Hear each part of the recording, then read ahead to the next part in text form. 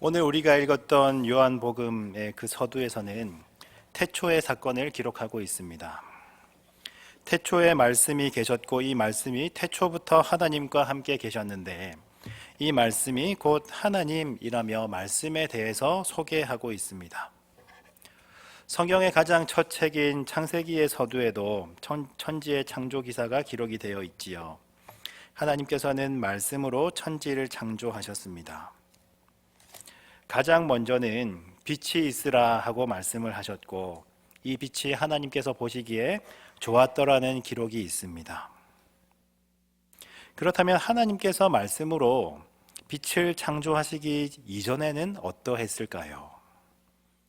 창세기 1장 2절의 기록을 참고하여 보자면은 혼돈과 공허가 가득한 무질서의 공간이었고 그곳은 흑암이 깊게 깔려 있었습니다. 그러한 상황 가운데서 하나님께서는 빛과 어둠을 나누어서 구분하셨고 어둠은 빛의 영역을 침범하지 못하였습니다. 요한복음에서도 비슷한 구절이 있지요. 요한복음 1장 5절의 말씀, 빛이 어둠에 빛이 돼 어둠이 깨닫지 못하더라는 이 말씀은 어둠은 빛을 이기지 못하더라는 의미입니다. 그러하기에 우리는 간혹 어둠에 빠지는 경우가 있더라도 빛 대신 주님과 함께 하기에 우리는 낭망하지 않을 수가 있습니다. 우리는 종종 어둠 가운데 빠지곤 하지만 그러나 우리는 빛 되신 주님께서 우리와 동행하고 계시기에 우리는 다시 일어날 수 있는 힘을 얻곤 하는 것이지요. 태초에 말씀이 계셨고 그리고 이 말씀이 하나님과 계셨다라는 이 우리말로 말씀이라고 번역이 된 이 단어를 보면 헬라어로는 로고스라고 하는 단어입니다.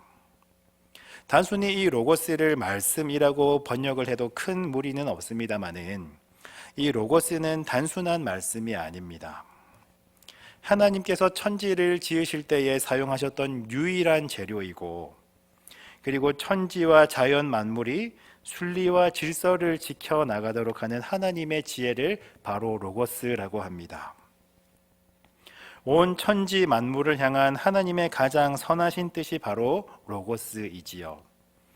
이 로고스, 즉 하나님의 가장 선하신 뜻이 육신을 입고 우리 가운데 거하셨노라는 기록이 오늘 우리가 읽었던 요한복음 1장 14절 말씀 가운데 기록이 되어 있습니다. 그렇다면 이 로고스, 말씀이라는 것은 과연 누구를 의미하는 것일까요? 하나님의 가장 선하신 뜻이 육신을 입은 분, 그분은 바로 예수님이십니다. 태초에 하나님께서는 말씀을 통해서 로고스이신 예수 그리스도를 통해 어둠 가운데에 빛을 선포하셨습니다.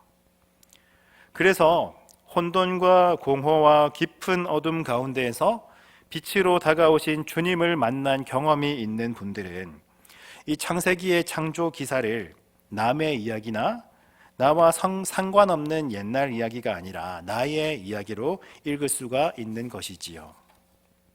그래서 빛 되신 주님을 만나보지 못한 사람들은 아직까지 태초와 같습니다. 기독교를 믿지 않는 사람들이 미개하다거나 그들이 원시시대를 살아간다는 그런 의미가 아니라 아직까지 천지를 창조하신 하나님의 참 뜻을 깨닫지 못하고 하나님의 그 선하신 뜻을 발견하지 못하였다는 의미입니다. 빛으로 오신 하나님을 알지 못하여서 여전히 태초의 상태, 즉 혼돈과 공허와 깊은 흑암에 빠져 있는 많은 영혼들에게 주님의 생명의 빛이 널리 비치는 날이 하루 속히 오기를 기대하고 소망합니다.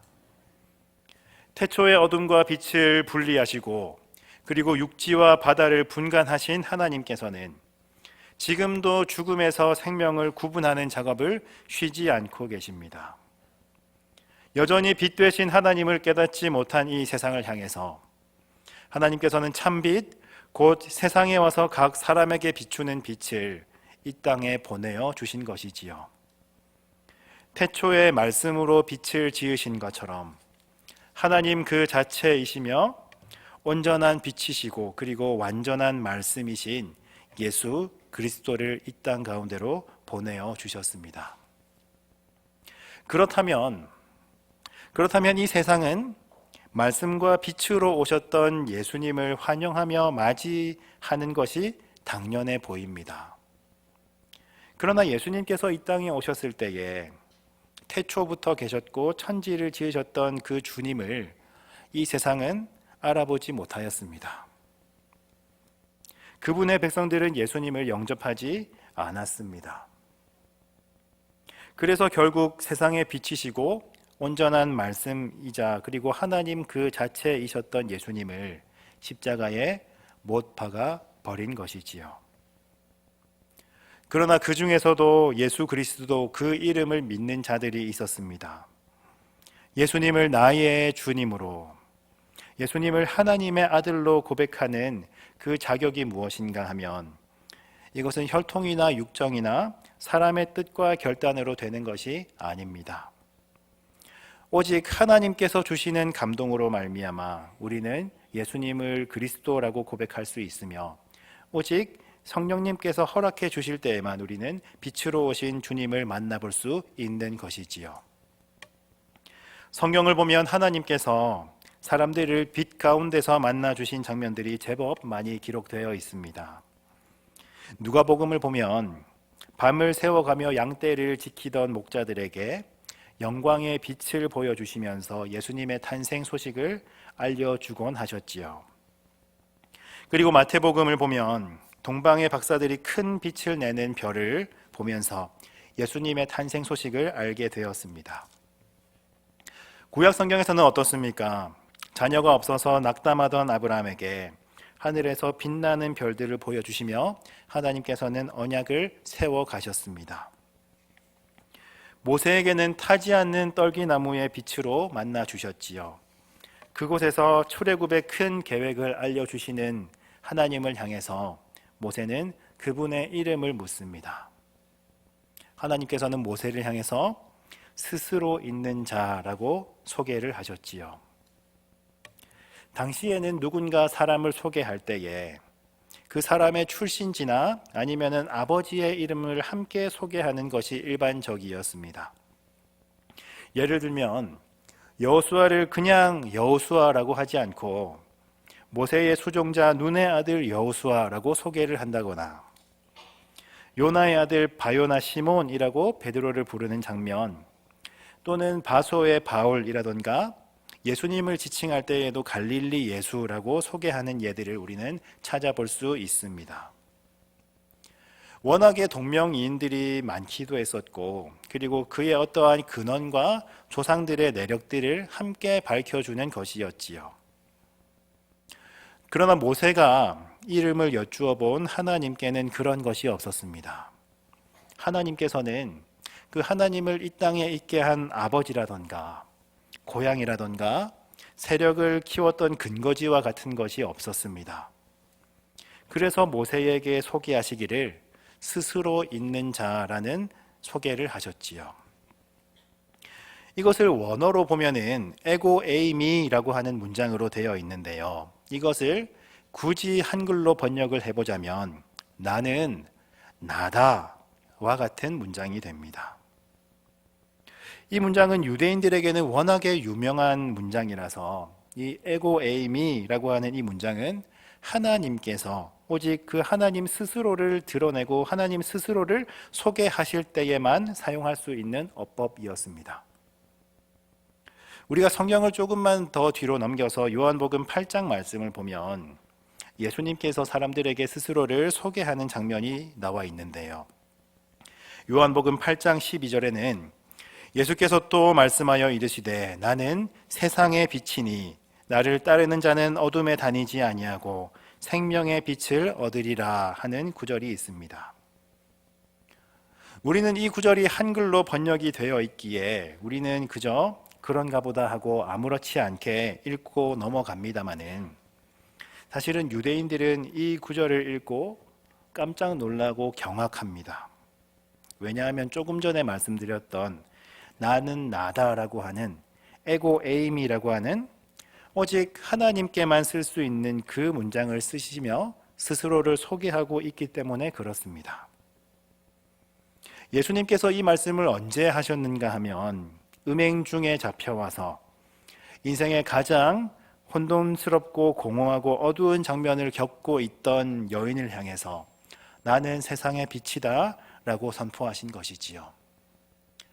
인생의 가장 힘들고 어두운 시간을 겪고 있는 그 여인을 향해서 나는 세상의 빛이 되는 하나님이다 라고 선포를 하신 것입니다.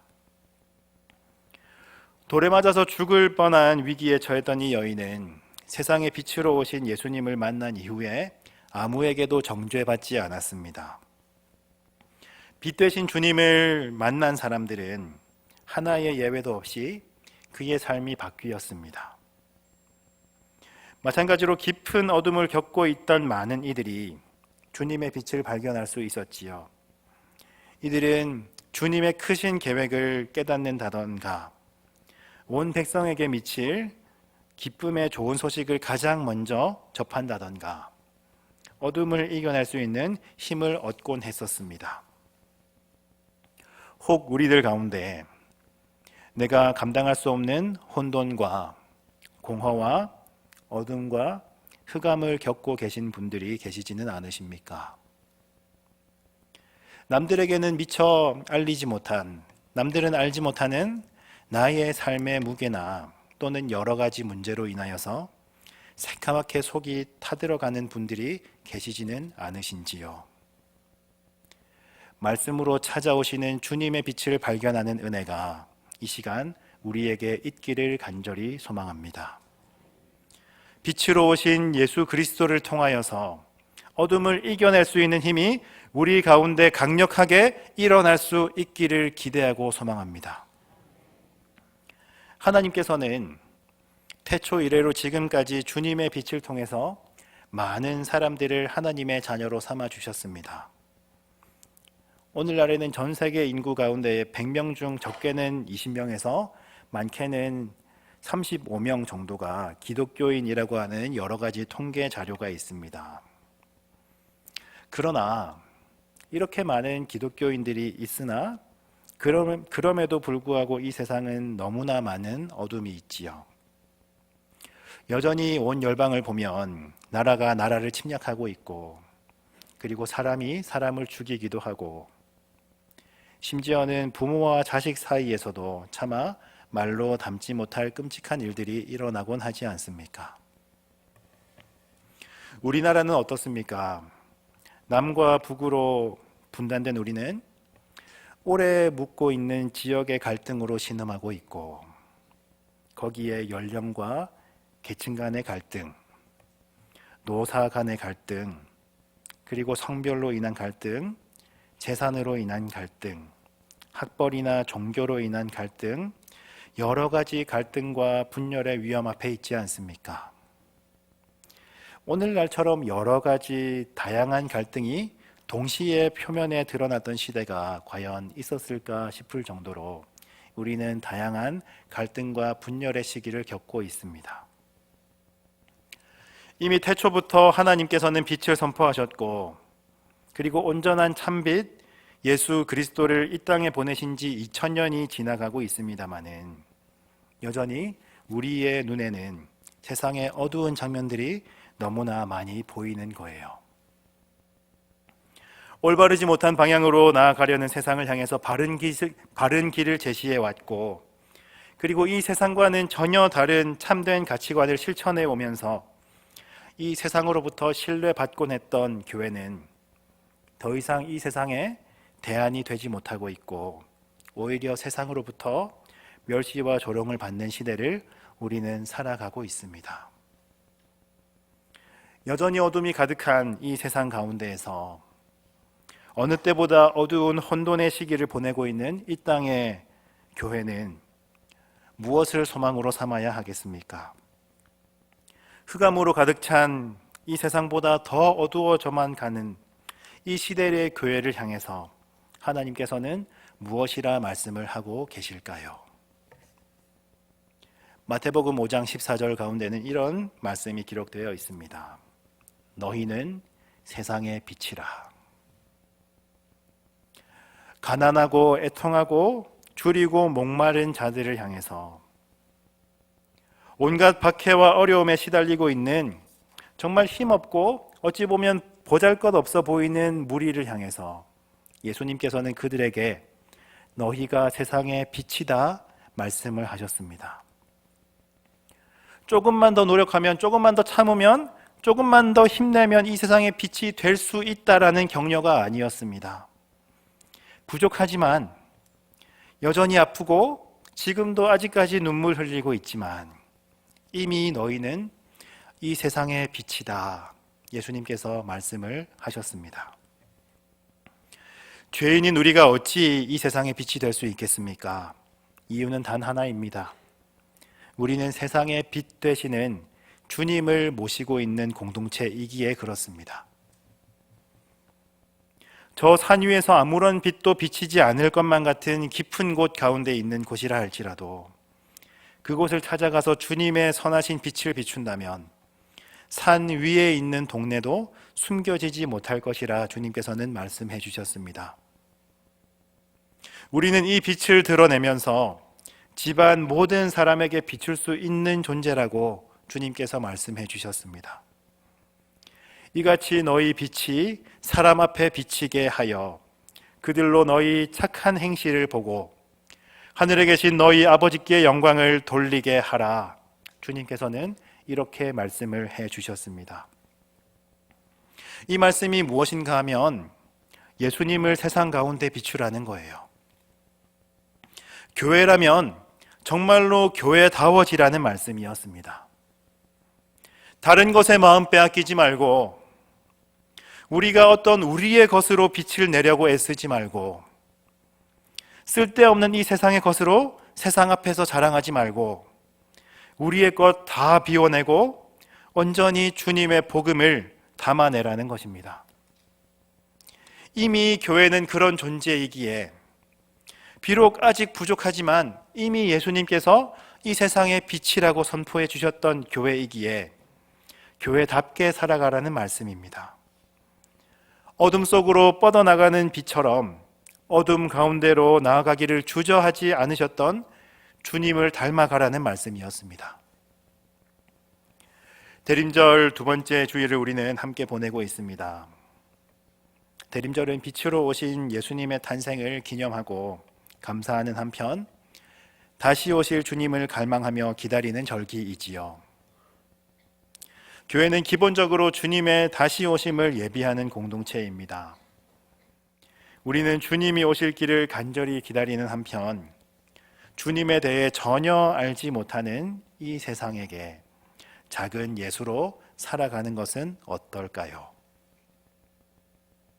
작은 예수로 이 세상을 살아간다는 것은 점점 어두워져만 가고 악해져만 가는 이 세상과 이 시대를 본받지 말고 온전한 주님의 빛을 담아내는 교회 공동체가 되는 것을 말합니다.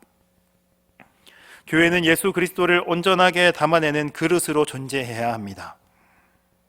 즉 교회의 교회다움을 지켜나가야지 교회 안에 세상의 온전한 빛이 되시는 주님을 담아낼 수 있어야지만 우리는 이 세상의 빛으로 존재할 수 있는 거예요. 정말로 빛되는 주님을 온 세상에 비추는 교회의 본질에 충실한 교회가 될 수 있다면 교회는 얼마든지 하나님의 영광을 돌릴 수 있게 되는 것입니다. 대림절을 보내고 있는 성도의 자세에 대해서 마태복음 25장에 열 처녀 비유가 담고 있습니다. 열 처녀가 등을 들고 신랑을 맞으러 나갔다고 하지요. 신랑이 오면 이제 등에 기름을 넣어서 불을 켜고 신랑을 맞이하여 함께 가면 되는 것입니다. 그런데 온다고 했던 이 신랑이 생각보다 너무나 안 오는 거예요. 그래서 다 함께 꾸벅꾸벅 졸기도 하고 그리고 가끔씩은 어느 날은 귀찮아서 기름을 가지고 오지도 않은 채로 그저 의미 없는 시간들을 보내고만 있습니다. 그러다가 밤중에 드디어 신랑이 왔을 때 등불에 넣을 기름을 준비하지 않은 사람들은 신랑과 함께 갈 수가 없는 거예요. 주님을 기다리고 있는 우리들의 자세가 이러해야 할 줄로 압니다. 다시 오신다는 그 주님의 말씀, 정말로 주님께서 다시 오시는가? 주님을 기다리는 것에 지치지 말고, 다시 오시는 주님에 대해 의심하지 말고, 느슨해지지 말고, 우리는 계속해서 주님을 기다릴 수 있어야만 합니다. 그저 아무것도 하지 않고 가만히 기다리는 것이 아니라 그분의 불을 언제든지 환하게 밝힐 준비를 우리는 하고 있어야만 합니다. 습관적으로 깨어 기다리고 있지만, 그러나 귀찮다고 불을 밝힐 기름을 두고 온다면 우리는 깨어있는 그 시간이 아무런 의미가 없다는 거예요. 습관적으로 교회에 몸만 담고 만족하는 것이 아니라 언제든지 주님의 빛을 구석구석 비출 수 있는 준비를 우리는 할 수 있어야만 하겠습니다. 하나님께서는 태초에 혼돈과 공허와 어둠으로 가득하던 이 세상 가운데 빛을 선포하셨습니다. 하나님께서는 2000년 전 여전히 혼란스럽고 어둡던 이 세상 가운데에 그리스도의 빛으로 다가오셨습니다. 어둠과 공허와 혼돈과 허무가 그 어느 때보다 깊어지고 있는 오늘날, 여전히 예수 그리스도께서는 우리에게 빛으로 다가오고 계십니다. 빛으로 오신 예수 그리스도를 우리의 마음에 잘 담아내어서 예수님을 알지 못하는 이 어두운 세상에 주님의 빛을 전파하는 빛의 사자의 역할을 잘 감당하는 우리 모두가 될 수 있기를 간절히 소망합니다. 부족하기 짝이 없고 누구보다 어둠이 가득한 우리를 향해서 너희가 이 세상의 빛이라고, 너희가 이 세상에 빛을 비추라고 말씀하신 주님의 그 당부를 우리는 기억해야만 합니다. 그때에 하나님께서는 복음의 빛을 온전히 담아낼 수 있는 그릇으로 우리들의 삶을 이끌어 주실 것입니다. 기도하겠습니다. 천지의 창조주가 되시는 아버지 하나님, 흑암과 공허와 혼돈 가운데서 빛을 선포하신 하나님의 손길을 기억합니다. 어둠은 빛을 이기지 못함을 알면서도 계속해서 어둠 속에서 두려워하는 저희들의 모습을 고백합니다. 계속해서 혼돈이 넘쳐나는 이 악한 시대를 함께 고백하오니 아버지여 불쌍히 여겨 주시옵소서.